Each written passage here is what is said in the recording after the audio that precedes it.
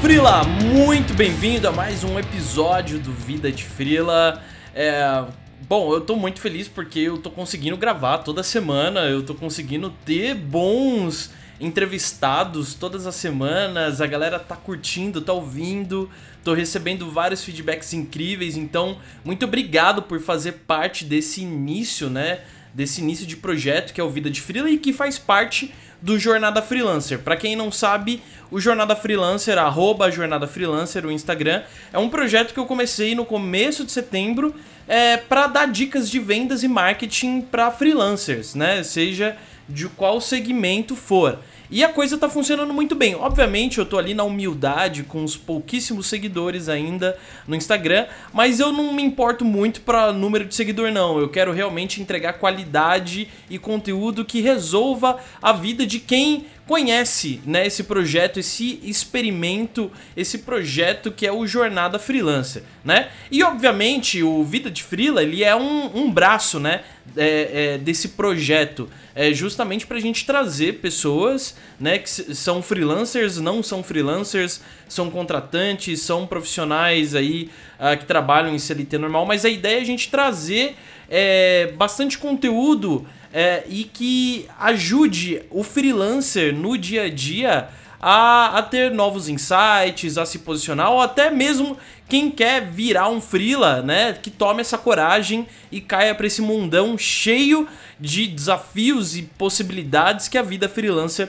oferece. Por isso a proposta desse podcast do Vida de Freela é trazer uma galera de vários contextos diferentes, mas que consiga agregar valor para essa nossa classe freelancer, né? E hoje eu tenho um baita prazer de ter um baita convidado, e é o Eberson Terra. O Eberson Terra, ele é um Top Voices no LinkedIn. Se você não sabe o que é um Top Voices no LinkedIn, é uma pessoa que recebe um destaque ali por realmente estar gerando um conteúdo significante e que agrega valor para a audiência. Então, alguns editores do LinkedIn, eu posso estar falando merda aqui, obviamente, porque eu não sei muito bem como funciona, mas tem editores ali no LinkedIn que eles ficam observando como que alguns perfis se relacionam com a audiência, e todo ano eles escolhem ali um número de pessoas que são escolhidas como vozes dentro da rede social, né? E o Eberson Terra é um desses caras. Ele é um cara que sempre me chamou a atenção pela transparência, pela sinceridade e também por algumas coisas que ele sempre pontuou dentro da rede, né? Alguns conteúdos relacionados a sabático, a encontrar propósito e etc. E ele fala bastante também sobre vida, dia a dia no trabalho, né? E, bom, eu mandei uma mensagem pra esse cara achando que ele não ia me responder, e ele me respondeu. Ele topou gravar um papo aqui com a gente, então tá aí. Eu espero que seja um papo mega rico pra você que já conhece o Eberson. Pra você que não conhece, por favor, fica aqui, bota o fonezinho, que eu juro pra você que vai valer muito a pena. E, obviamente, pedir pra você divulgar esse podcast, divulgar o Jornada Freelancer, né? Em breve tem livro saindo e tem um curso Freela 10K saindo também. Então eu espero que a gente consiga crescer junto como comunidade e ajudar muitos freelancers aí. Então, bora ouvir o episódio e é isso aí. Valeu! Vamos lá. Tudo bem, Felipe? Primeiro, agradecer aí o convite. Para quem está escutando a gente, meu nome é Eberson Terra. Você já falou aí, eu sou Top Voice do LinkedIn de 2018. Trabalhei durante muito tempo, minha carreira foi pautada aí como executivo em uma grande empresa de educação. E agora eu também estou experimentando um pouco dessa vida free, né? Legal, talvez legal. Talvez no trabalho, talvez a vida free, para não falar freelancer, mas falar uma vida free como um todo, né? Assim, Perfeito. ter a possibilidade de experimentar outros formatos de viver, né? De apreciar a vida, de viajar e por aí.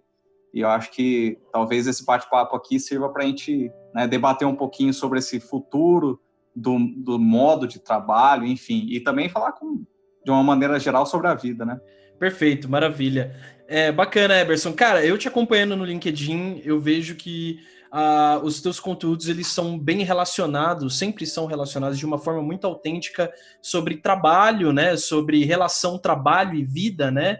Essa relação de estar numa empresa saudável ou você realmente entender se você está no lugar certo em relação à empresa, se é aquilo que você quer fazer. Até teve um post que você falou, cara, se o teu domingo está sendo sofrível, é porque na segunda-feira você não vai estar no lugar certo, né? Então, é bem legal que você apresenta e traz bastante conteúdo falando dessa questão de, cara, e aí, né? Você realmente está num trabalho que você, entre aspas, acredita, isso está sendo saudável, a liderança que está por cima de você nesse serviço, nesse trampo, está sendo saudável. Eu vejo que tem muito dessa frente corp, né? E que deve ser também relacionada a experiências que você viveu, muita coisa que você viveu, e que é importante trazer essa visão mais autêntica sobre corp, sobre vida no trabalho para dentro do LinkedIn, né? Em épocas, em tempos que a gente vê um conteúdo muito romantizado, né?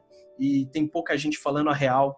Então, eu queria que você contasse um pouco da sua jornada no LinkedIn, por que que você tem feito esse tipo de conteúdo, né? Qual que é o propósito disso? E aí a gente vai discutindo um pouco mais. Bacana, vamos lá. Eu comecei a escrever no LinkedIn no final de 2017, então agora completo 2 anos no LinkedIn fazendo conteúdo mesmo.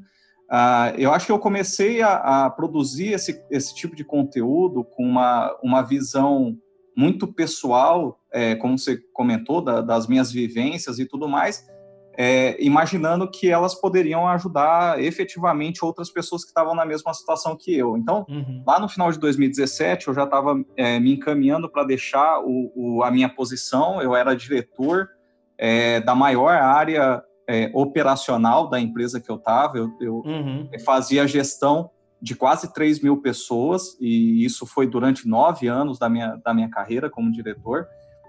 E eu percebi naquele momento, já na verdade, um pouco antes, eu já vinha percebendo que me faltava equilíbrio, né?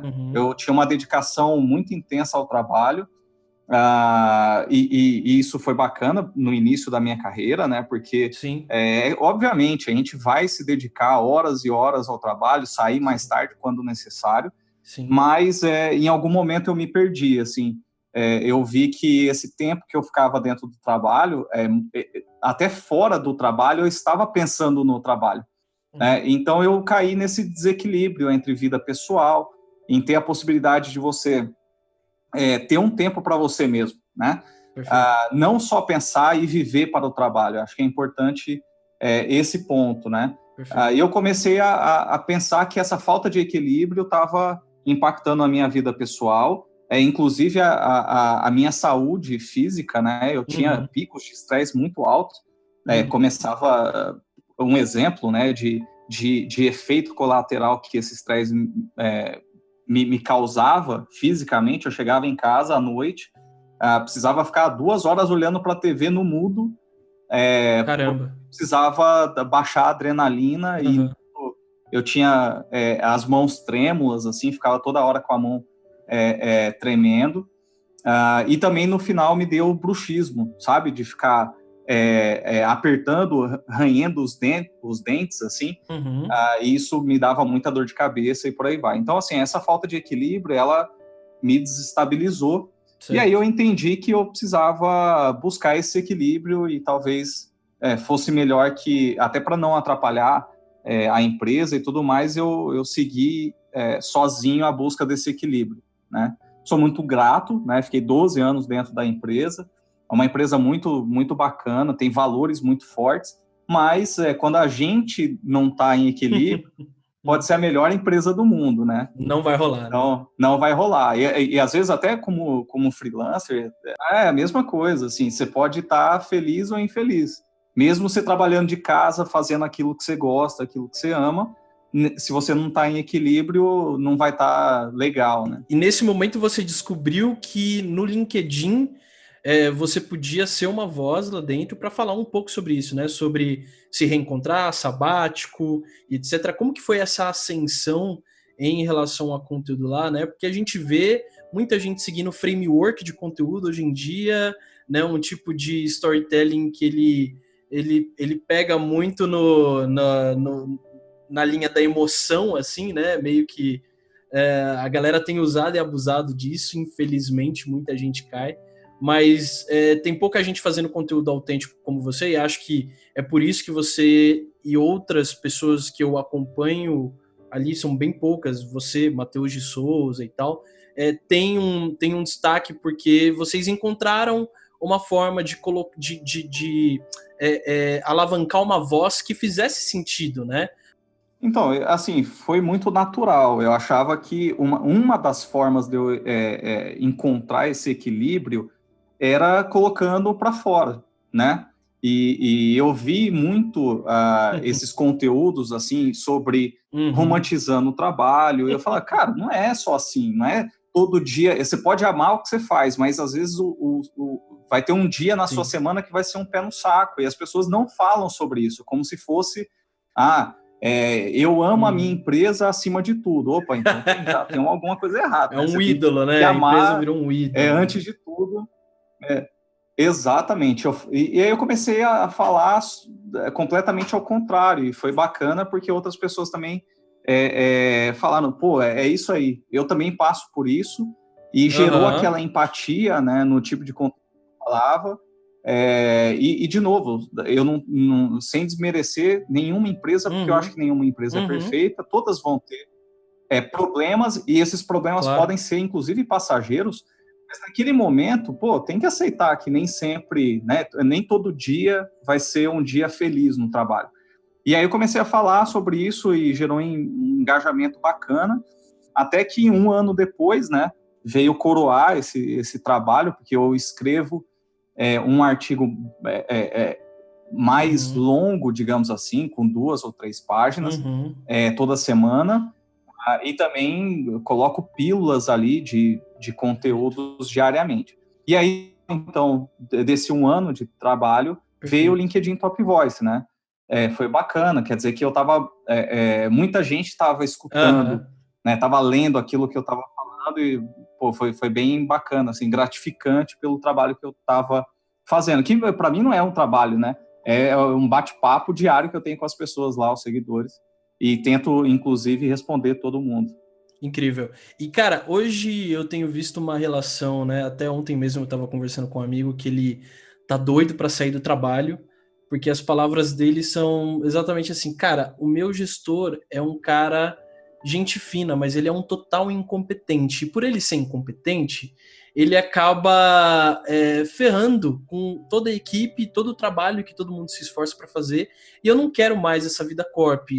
Eu quero ser autônomo, eu vou freelar, me mostra aí quais são os caminhos para freelar e tal, e até a gente trocou uma ideia e tal, mas é incrível como o número de pessoas que estão de saco cheio desse modelo falido de gestão, né, onde a gente sempre tem, sempre não vou generalizar também, mas com recorrência a gente vê um bando de gestor incompetente ou gestor incompetente adoecendo a sua equipe e como que isso tá fazendo a galera acordar para, cara, deixa eu tentar tocar a minha vida profissional meio solo, assim, vamos ver o que dá. Então, como que você vê essa relação, né, de empresa doente que, cara, não faz nada, porque tem empresa que descobre que tá doente, até vai lá, tenta resolver e etc, mas essa ascensão de pessoas também que estão querendo se libertar, né, dessa vida corporativa doentia, né?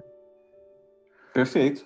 Eu acho que você tocou num ponto fundamental, que é a empresa doente, né? E tem muitas empresas que descobrem isso a tempo e tentam reverter isso de N maneiras. Seja melhorando o clima, e aí você tem que ter o apoio de toda a gestão, da alta gestão, enfim, mas também tem que ficar de olho nesses gestores que são gestores ruins para a sua equipe, né? Eu acho que, assim, nenhuma empresa, como eu já tinha falado, vai ser perfeita. Então, você vai ter altos e baixos, dias bons e dias ruins, mas, realmente, você ter um gestor que não acompanha o crescimento do time, que não dá, que poda a sua equipe, que quer ganhar os louros do sucesso pela sua equipe, aí realmente complica. E aí eu falo bastante, inclusive, pegando esse ponto, de que às vezes a empresa é muito bem intencionada, tem os seus valores éticos, morais, só que você tem esses gestores que não deixam essa cultura de valores éticos chegarem no time. Então, o problema é o gestor realmente, não é a empresa. E aí, antes de... E eu tenho maior cuidado em falar sobre isso, de que as pessoas andam chutando demais o balde também, e que também não pode ser uma decisão sem um pensamento, né? É uma reflexão de que se é o momento, se você está preparado para sair do mundo corporativo, de você realmente ter, por exemplo, uma reserva financeira enquanto você está iniciando essa vida de freelancer, por aí vai. Então, assim, talvez tenha outros mecanismos, se você entende que a empresa é boa, por exemplo, fazer um job rotation para outra equipe, né, para você tentar sair desse gestor ruim, mas caso seja um desejo, se você já traçou uma estratégia, um planejamento de saída, eu defendo demais essa estratégia de saída. Eu demorei 4 anos para sair da minha posição. Eu me planejei durante 4 anos para eu poder sair da empresa e buscar não só o equilíbrio, mas também fazer outras atividades que eu gostaria de fazer, né? Então, esse é o grande ponto da vida corporativa. E às vezes tem muita gente que às vezes se arrepende também, ou às vezes porque não deu certo naquele momento, tentou empreender, enfim, e voltar, às vezes, vai ser uma forma de downgrade, né? Na verdade, você às vezes volta pior do que você estava. Então, esse é um cuidado básico que eu acho que todo mundo tem que ter, né? Isso que você falou é muito interessante, que eu até estava conversando com esse brother ontem, e eu falei, cara, tem o ponto de você, por exemplo, você se planejou, você se programou para se reencontrar. Você passou um tempo se planejando para tomar a decisão de, beleza, deixa eu ver de fato como eu posso me reorganizar, como eu posso me reencontrar, entender de fato o que eu vou querer seguir fazendo, né? E é muito importante você pontuar isso, porque é que nem falar de empreendedorismo, que está muito romantizado também. Pô, vai lá, sai lá, vai, larga tudo, toma uma decisão difícil e vai lá fazer. E aí o cara vai fazer sem nenhuma reserva, sem nenhuma preparação mínima psicológica, né? E acaba se estrepando todo, né? Então, esse ponto do se programar para se reencontrar é importante também, né? Talvez ser um pouquinho mais resiliente, aguentar um pouquinho mais, né? Eu passei por isso agora, né? Eu tava doido para sair da sociedade, mas não tava me fazendo bem, um modelo no qual eu tava trabalhando e etc. E aí eu tive que falar, cara, tem que aguentar mais um pouco, eu tenho que construir um pé de meia para eu tomar essa decisão, né? Onde eu também fique mais tranquilo psicologicamente, né? Em relação à conta, às responsabilidades financeiras que todo mundo tem, né? Para que aí a gente consiga fazer com mais calma aquilo que a gente pretende fazer. Mas tem esse ponto, é também pagar um preço, né? Pagar um preço para você seguir o caminho que você acredita. Tem esse ponto, que não é só o pé de meia, né? Pô, beleza, tá, eu tenho o pé de meia aqui, e agora? Agora eu vou tomar essa decisão de me reencontrar e seguir fazendo aquilo que eu acredito, mas vai ter um preço a se pagar, e esse preço pode ser um downgrade, por exemplo, de grana. Momentaneamente, pelo menos, né, você pode ter um downgrade naquele momento, porque, né, você não vai ter a mesma quantidade de clientes que você...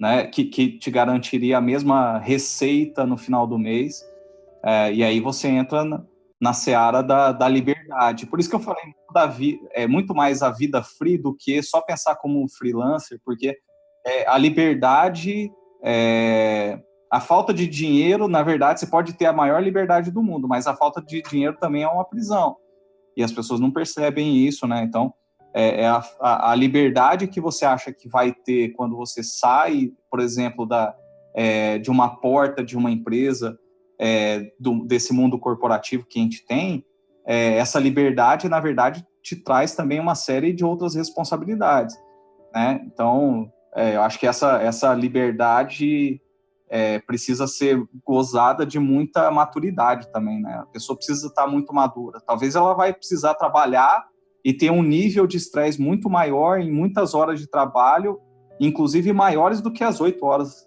trabalhando na corporação, né? Total, total. E bom, você falou que saiu dessa grande empresa, teve esse momento, né, de caminhar, de cuidar mais de você. Foi um sabático, né? Aham. Foi um tempo onde você tirou para realmente cuidar mais de você, da sua família e tal. Cara, quais foram os pontos altos do sabático para você, assim, onde te gerou algum insight, você falou, cara, era isso, sabe? Tipo, eu tava anos e anos tentando entender o porquê e agora eu sei o porquê. Quais foram os pontos altos desse sabático e os pontos baixos também? Claro, vamos lá. Primeiro que é muito louco, né? Porque eu não descobri, né? Esse talvez seja o ponto. E eu acho que aí tem a Legal. grande lição, né? Eu me planejei, saí, fiquei um tempo fora do mercado, por opção própria, enfim, achando que, sei lá, eu viajando e limpando a mente, eu ia encontrar o propósito na viagem, olhando outras culturas, enfim, descansando, e na verdade o propósito está dentro da gente. Talvez eu conseguisse ter descoberto esse propósito sem precisar sair, sem precisar viajar. Enfim, eu acho que esse é o mundo ideal, quando você consegue achar o seu propósito sem talvez ter uma decisão tão trágica, né? Como foi a minha, de simplesmente eu rompia uma carreira, né? Eu era já diretor, 9 anos diretor de uma empresa que é sociedade anônima, tem, enfim, ações na bolsa, e eu interrompi uma carreira, justamente para procurar um propósito, achando que estava lá fora e, na verdade, está dentro de mim, né, de alguma maneira. Esse talvez seja o grande ensinamento. E fui perceber isso depois, né?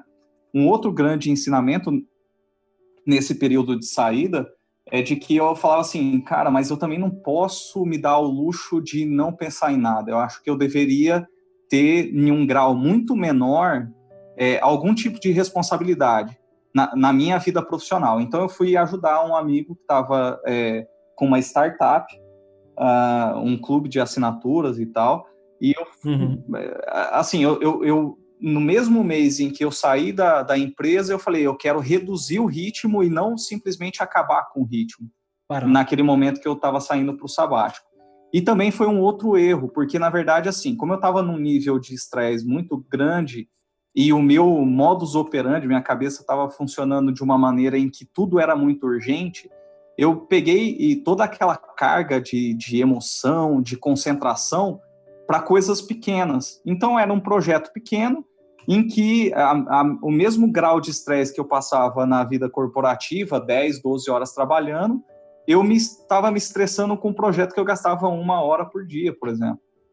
Isso foi muito ruim. Eu não compreendi a hora de falar, não, eu preciso, sei lá, de 3 meses ali de uma limpeza absoluta, sem nenhum tipo de responsabilidade, para eu reaprender a dar valor às coisas, porque eu não estava sabendo o que é um problema grande ou um problema pequeno. Então, eu estava dando a mesma devida importância para um problema pequeno, um projeto que estava me consumindo muito pouco, que deveria ser prazeroso, da mesma forma que eu fazia dentro da empresa, né? E isso foi também, eu aprendi isso depois de duras penas, longos meses, né? E agora que eu acho que eu estou encontrando esse meio do caminho, experimentando algumas coisas que me voltaram a dar prazer como profissional, né? A realização profissional que eu estou tendo, agora em um nível adequado, talvez, de estresse. Uhum. Eu tenho a responsabilidade, mas a satisfação que aquele tempo de trabalho me dá é muito maior do que, sei lá, a dor de cabeça que ele me gera. Então, essa equação que eu estou começando a equilibrar agora, né?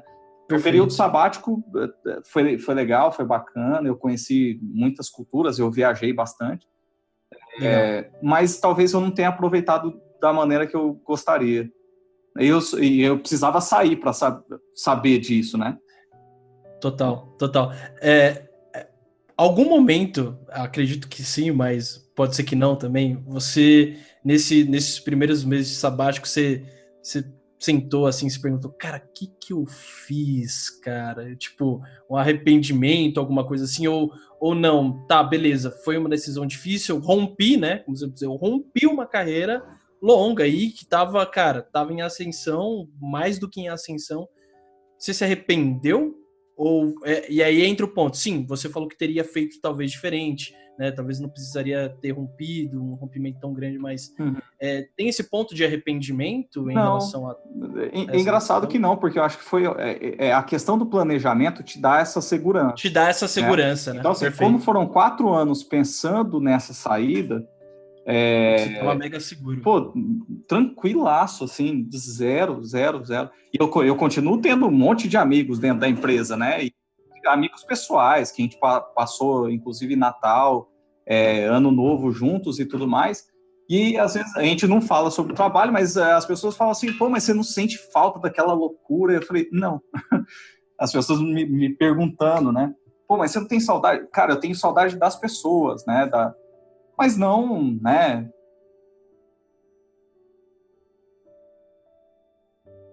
Exatamente, mas não do trabalho em si, né? Eu acho que é porque eu estava já buscando uma coisa diferente para fazer, né?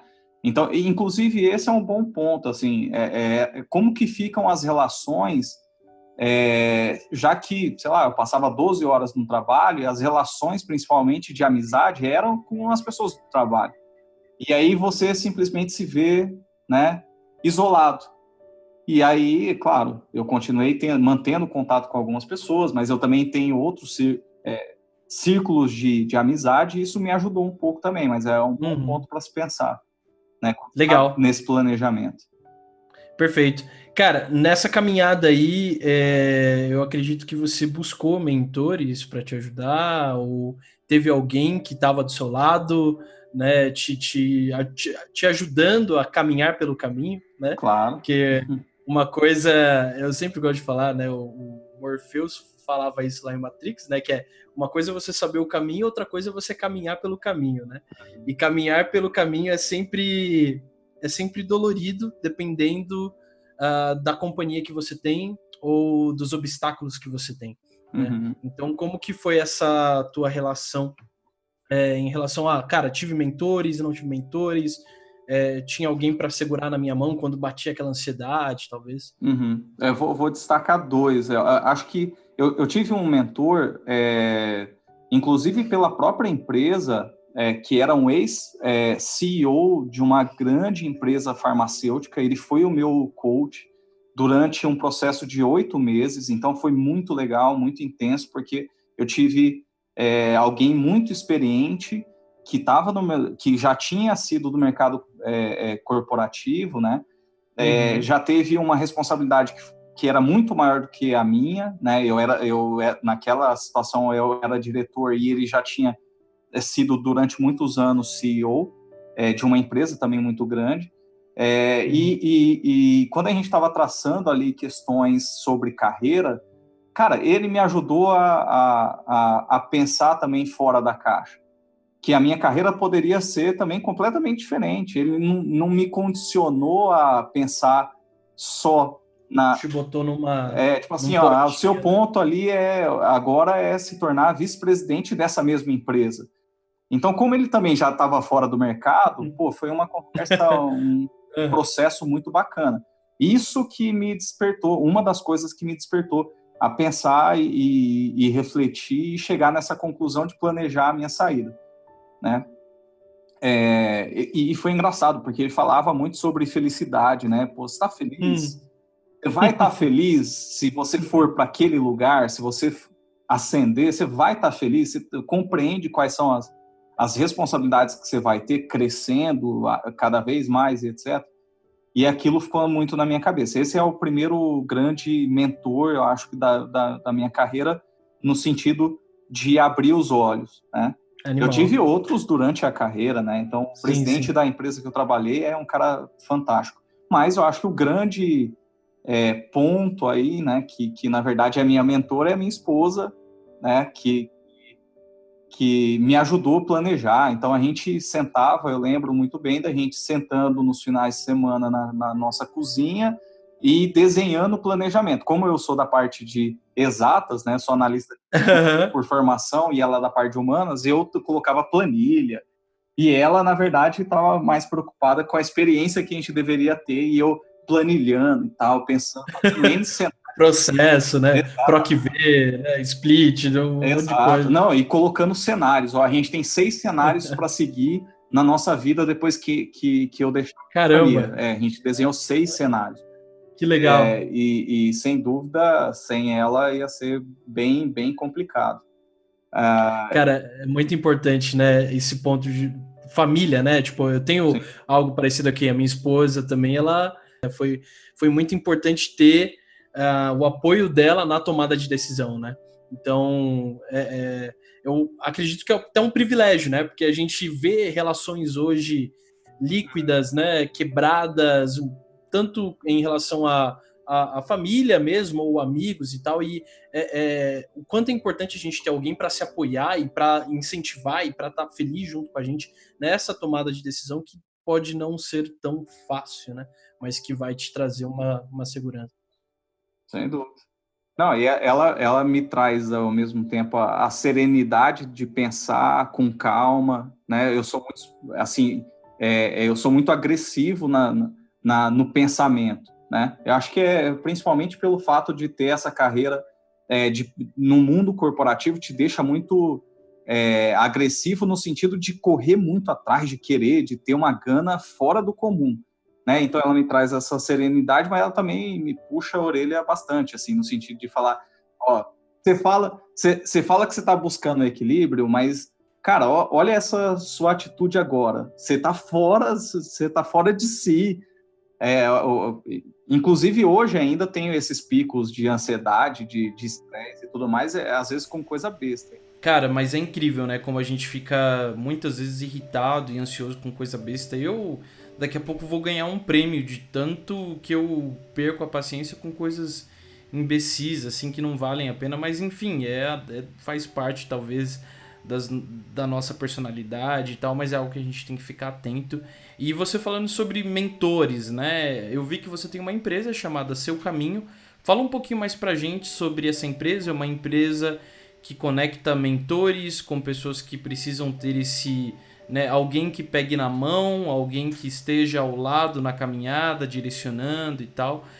Fala um pouquinho Uhum. mais pra gente sobre a Seu Caminho aí. Isso, uma empresa é uma empresa que eu idealizei. No começo desse ano a gente começou a atuar. A minha ideia, assim, como eu penso o seguinte, eu era gestor de quase 3.000 pessoas, muitas diretamente, então eu tinha um time muito perto de mim de 500 pessoas, mas eu tinha 2.000 pessoas espalhadas no país, porque eu trabalhava num centro de serviços compartilhados, eu era diretor desse centro de serviços compartilhados. Então, assim, o volume de trabalho dentro de uma corporação e etc. não te permite, da forma que você gostaria, ou pelo menos da minha forma, da forma que eu gostaria de fazer, de acompanhar a carreira dessas pessoas. Pô, assim, projetos, enfim, um monte de metas a cumprir, etc., não permitia, não me dava tempo para eu efetivamente cuidar da carreira das pessoas que estavam perto de mim. E aí a mentoria veio justamente nesse sentido, de eu conseguir acompanhar a evolução de uma única pessoa. Eu estar perto dela, né, dentro de um programa de mentoria, assim como eu tive há 4 anos atrás, eu poder também acompanhar e ver um pouco da evolução dessas pessoas que às vezes eu estava sem tempo de ver. Primeiro porque o volume de trabalho era muito grande e eram muitas pessoas. Então, cara, se ajudar pelo menos uma pessoa de uma forma muito presente a ela melhorar, ela evoluir, pô, é muito gratificante. Então a gente tem esse braço da mentoria que é individual, mas eu também continuo dando consultorias empresariais, por exemplo, de planejamento estratégico, de transformação digital e por aí vai, né? Então tem esses dois lados. É bom porque eu não fico também na mesmice, né? Só atendendo pessoas e dando uma mentoria individualizada, eu também tenho esse lado, esse braço ainda de ajudar as corporações, várias equipes e por aí vai. Bicho, sensacional, sensacional. E cara, a gente falou bastante sobre essa questão do mentor, né? A gente sabe que a vida de freelancer é muito romantizada, né?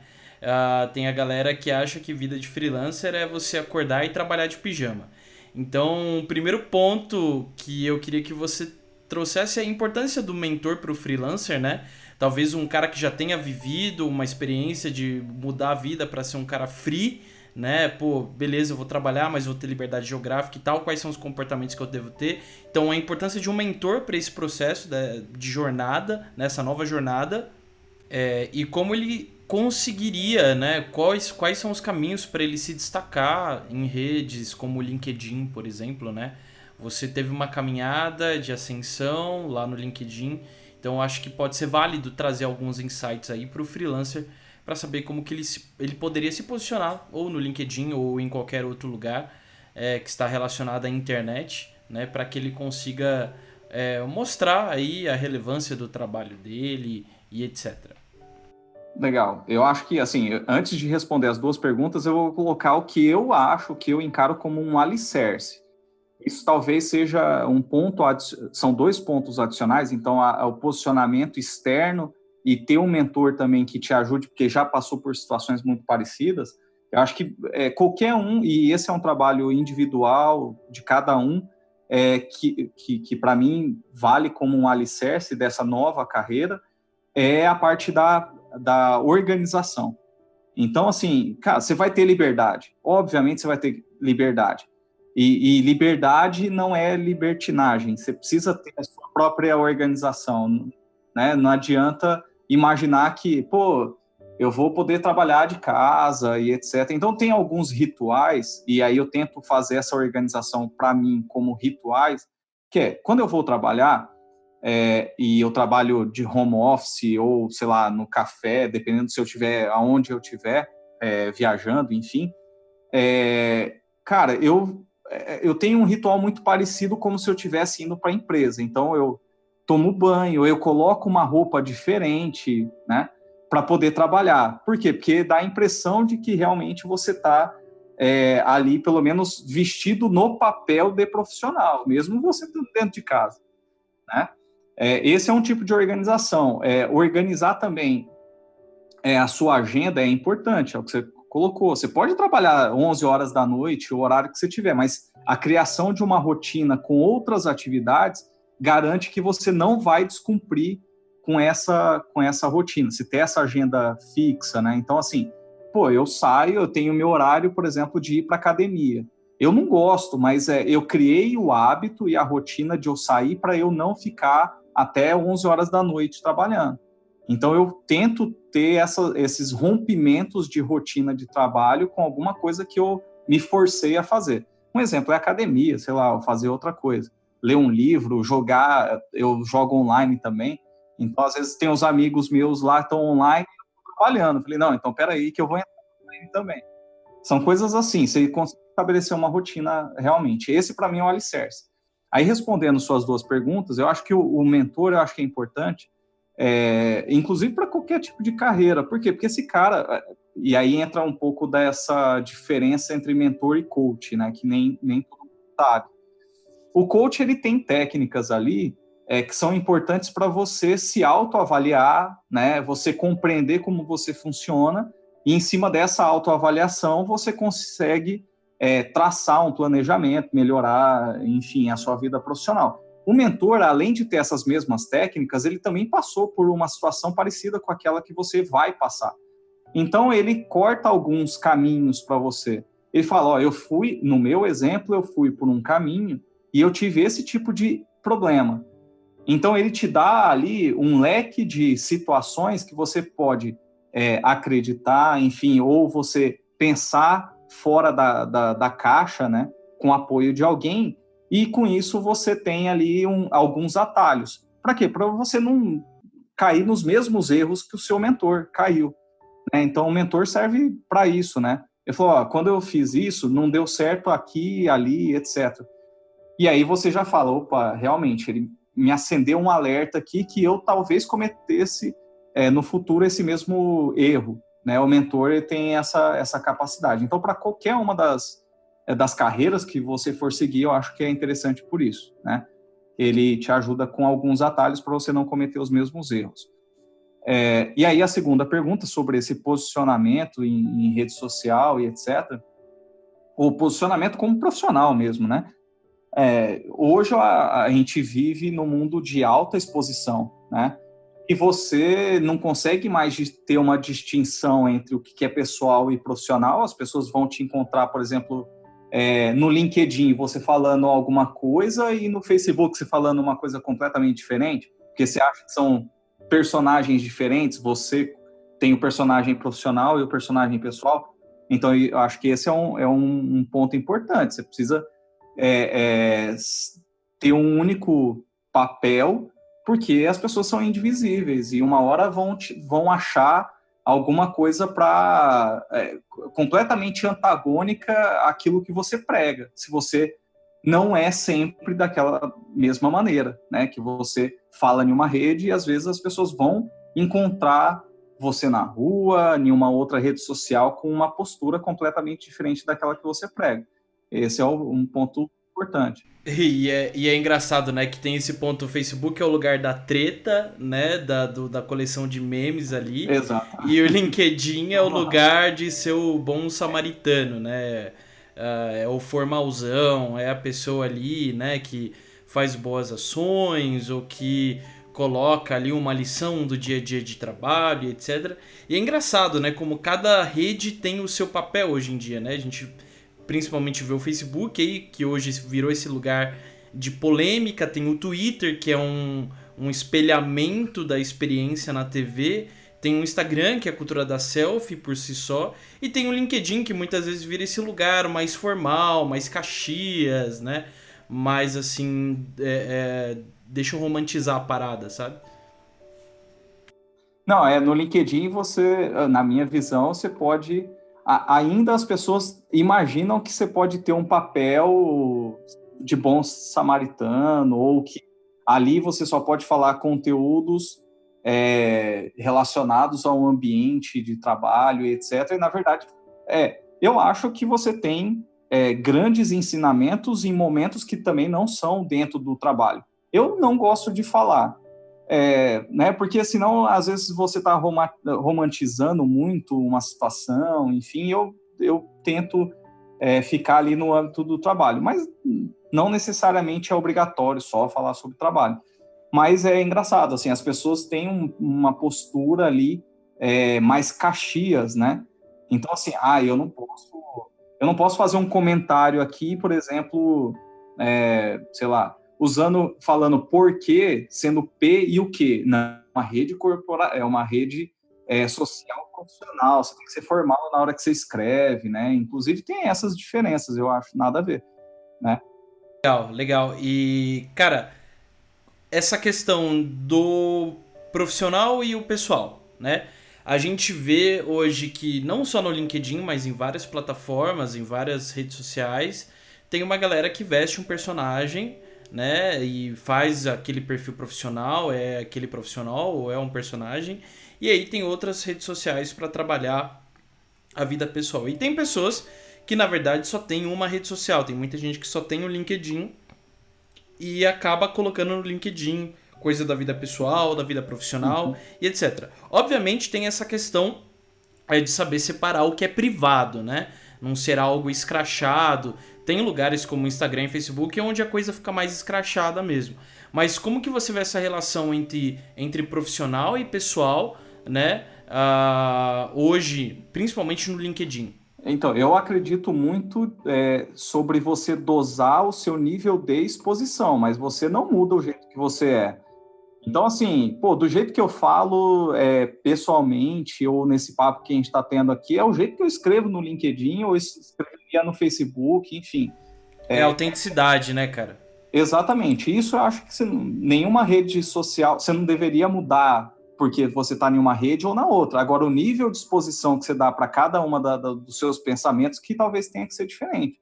Então, por exemplo, sei lá, tem muita gente no LinkedIn, talvez, que goste de expor a sua vida pessoal, tentando encaixar aquele contexto da sua vida pessoal a algum ensinamento que você pode levar para a vida profissional das pessoas, mas você está expondo a sua vida, entendeu? Eu não gosto de expor minha vida pessoal.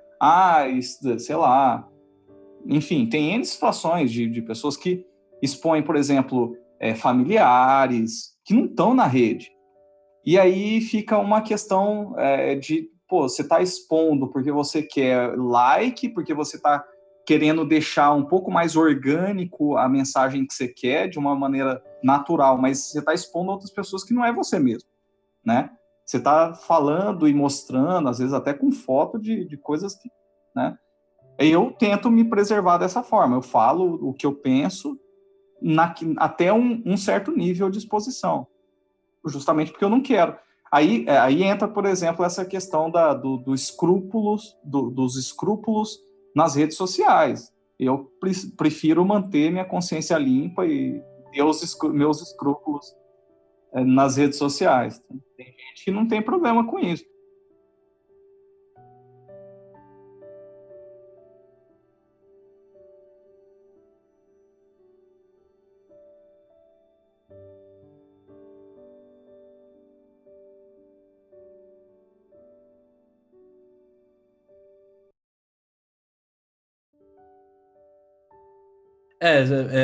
Você não tá nem aí pra métrica de vaidade, você foca na tua autenticidade e é isso que é importante, é isso que de fato gera valor, né? Então, enquanto tem muita gente de olho em métrica de vaidade, né? A gente vê o Instagram, a gente vê a ascensão do TikTok agora meio que assim, né? Uma rede social nova aí que tem uma distribuição orgânica gigante e você vê que o mais escondido tem ali 500 mil likes e para ele aquilo é incrível porque ele tá tendo exposição e tal. Então a gente tem esse ponto de saber ponderar e saber entender o que é uma métrica de vaidade, o que é vaidade e o que a gente pode caminhar e levar como autenticidade. Então, eu acho que é muito difícil as pessoas terem essa distinção, inclusive. É difícil, né? Porque, difícil. assim, o que pode ser exposição para você é diferente Total. do que eu acho que é um nível de exposição, né? Total. Então, assim, eu também não gosto de julgar, porque às vezes as pessoas falam, opa, mas você metiu o cacete nisso, mas você tá fazendo igual ou fazendo parecido. Pô, né? São níveis diferentes de... É uma linha tênue, né? Do que é certo, do que é errado, Exato. se tem certo ou errado, né?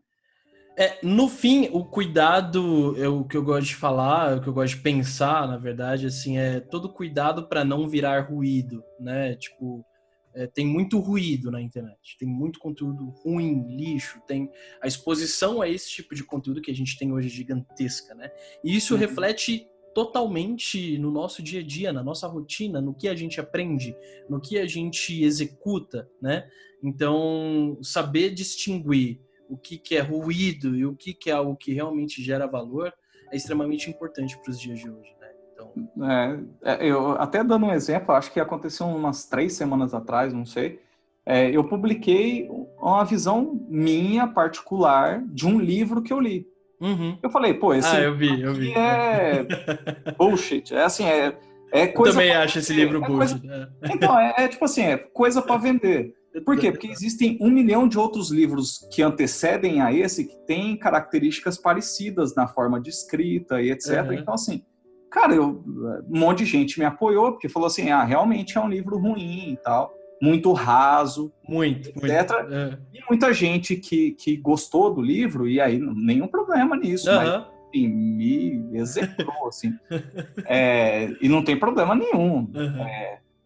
Mas era uma opinião pessoal minha que eu disse que não me agregou. Eu deixei claro, pode ser que você leia e agregue alguma coisa. Extraia coisas boas, né? Exatamente. Para mim não agregou, eu preferia que você lesse um livro do Cortella. Eu falei isso, sei lá. Enfim. E aí muita gente ficou brava comigo, mas...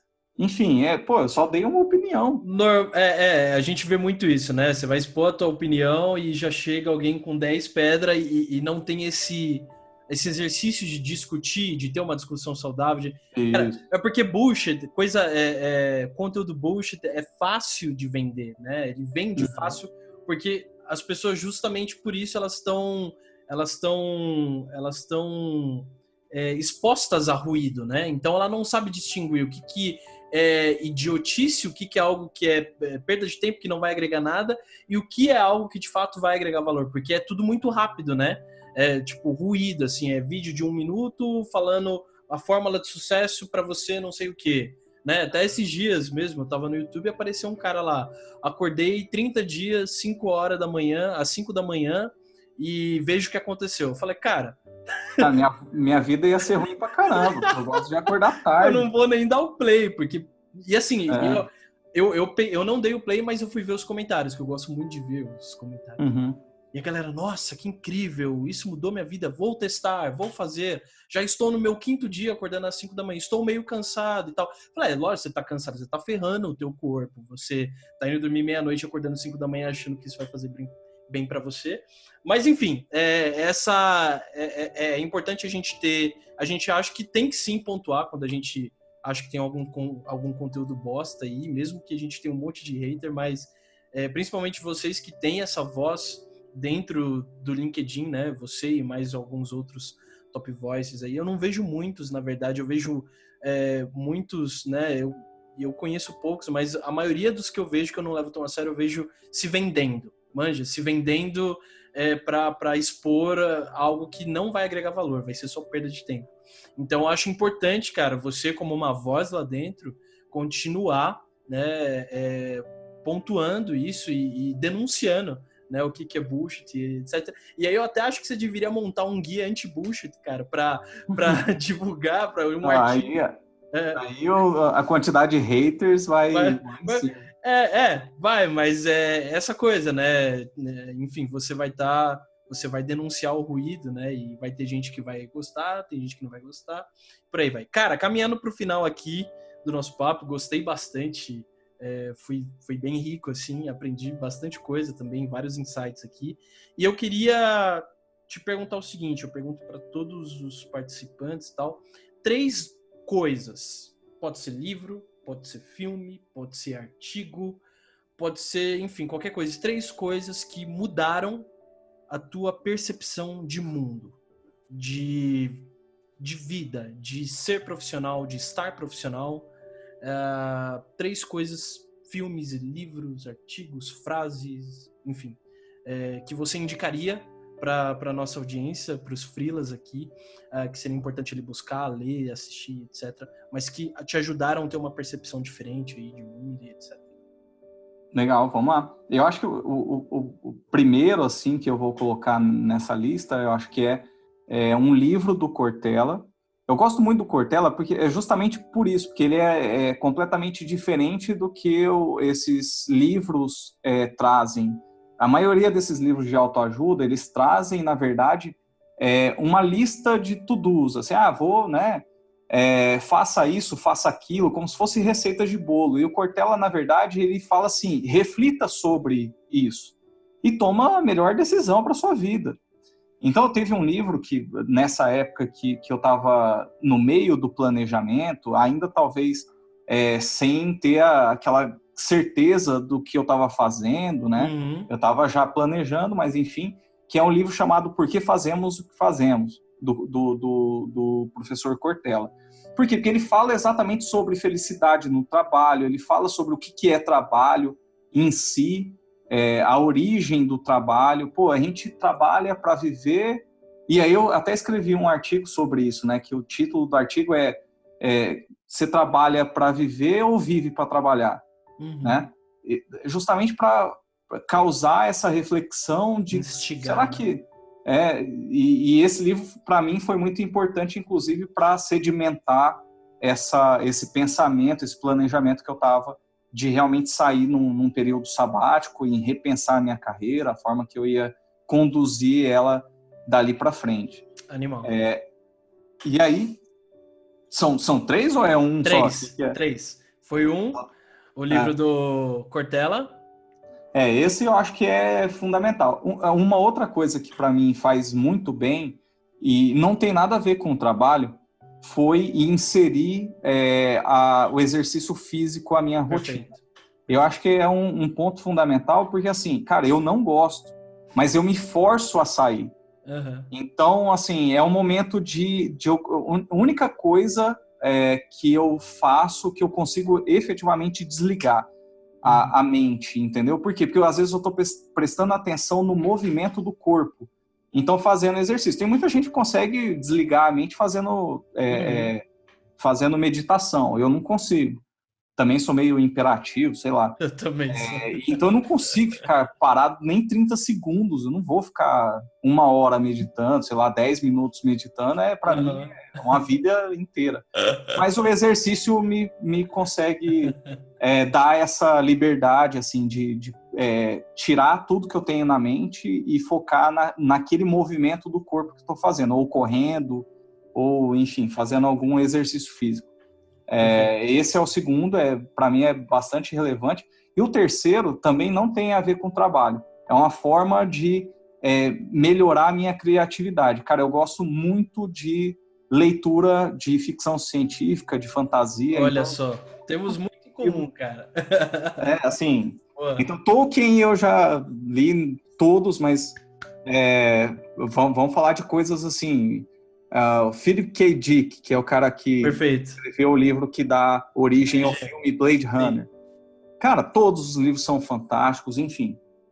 Isaac Asimov, são livros que, na verdade, a gente fala, pô, o cara escreveu há 50 anos atrás e ainda é... Atual, cara, atual não, né? É atemporal, cara, tá muito atemporal. Tá muito, atemporal, cara. E isso faz despertar uma criatividade bacana, eu acho, assim, né? Assim, não fica só bitolado em pegar livros técnicos para ler sobre gestão, perfeito. Fica bitolado nisso. Aí eu li 10 livros de gestão. A maioria fala quase a mesma coisa. Exato. Em palavras e frases diferentes ou mais bonitas. Exatamente. Ou destrincha, são 5 passos, vão para 10, mas é a mesma coisa.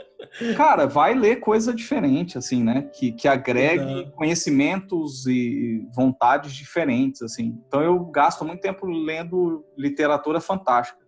Maravilhoso, cara, maravilhoso. Cara, é muito incrível você falar isso, porque eu também... Eu sou doido por ficção, né? Ultimamente eu tô mais mergulhado, eu tô num cara chamado Haruki Murakami, que é um cara que tem eu conheci o cara por causa da trilogia 1Q84, né? Que é referência ao livro do George Orwell lá.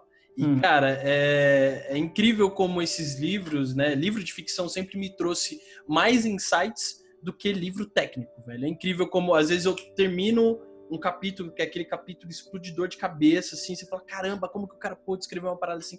Aí vem alguma coisa que você consegue relacionar com o dia a dia, com o trabalho, com aquele problema que você tem que resolver, né?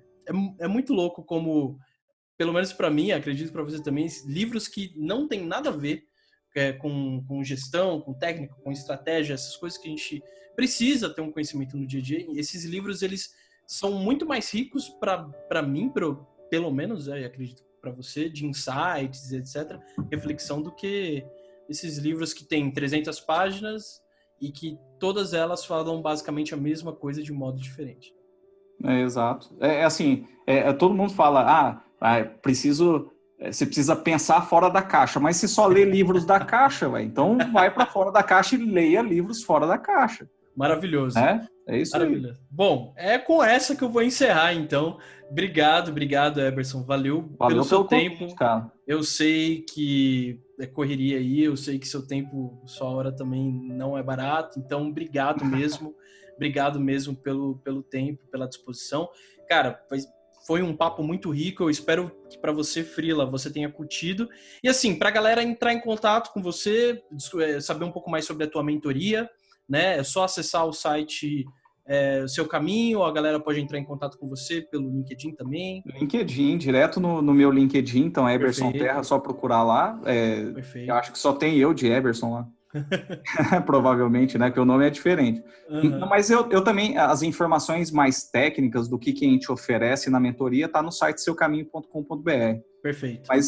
Mas assim, vamos bater papo lá no LinkedIn, que é a única ferramenta que eu uso hoje. Eu não uso nenhuma outra rede social, só o LinkedIn. Legal demais, legal demais. Bom, Frila, o papo tá dito aí. Se você quiser conhecer um pouquinho mais sobre o trabalho, a mentoria com o Eberson, entre em contato com ele lá. E, bom, obrigado mais uma vez, cara. Espero que você tenha uma excelentíssima semana. Espero que a gente marque aí talvez um segundo papo falando sobre ficção científica e o Opa! dia a dia aí como profissional e como que a gente pode pegar pedaços de histórias aí e encaixar isso no dia a dia. Acho que pode ser bacana. Obrigado Show de mesmo. bola. E Agradeço o convite e espero tamo ter junto. também correspondido às expectativas, aí ter, de alguma forma, a minha experiência ter ajudado o pessoal. Obrigado mesmo. A tua humildade Não, que é isso, falou cara. mais alto em todo o processo aí. Isso é super, Mas super. na próxima a gente tem que fazer junto o podcast regado à cerveja ou café. Com certeza, com certeza. Top pra caramba. Porque aí o conteúdo vai ficar ainda mais autêntico, né? Exato, Cerveja com cerveja, então vai ficar ainda mais autêntico. exatamente. Maravilha, mano. Obrigado mesmo. E é isso, Frila. Vou te pedir para você compartilhar o episódio, né? Você falar para o amiguinho Frila aí, enfim, caminhar com a gente. Tem o Instagram, @jornadafreelancer, tem o site jornadafreelancer.com.br, onde tem alguns tips, alguns artigos lá que pode te ajudar na sua jornada aí. Tá bom? É isso, até a próxima então e um grande abraço.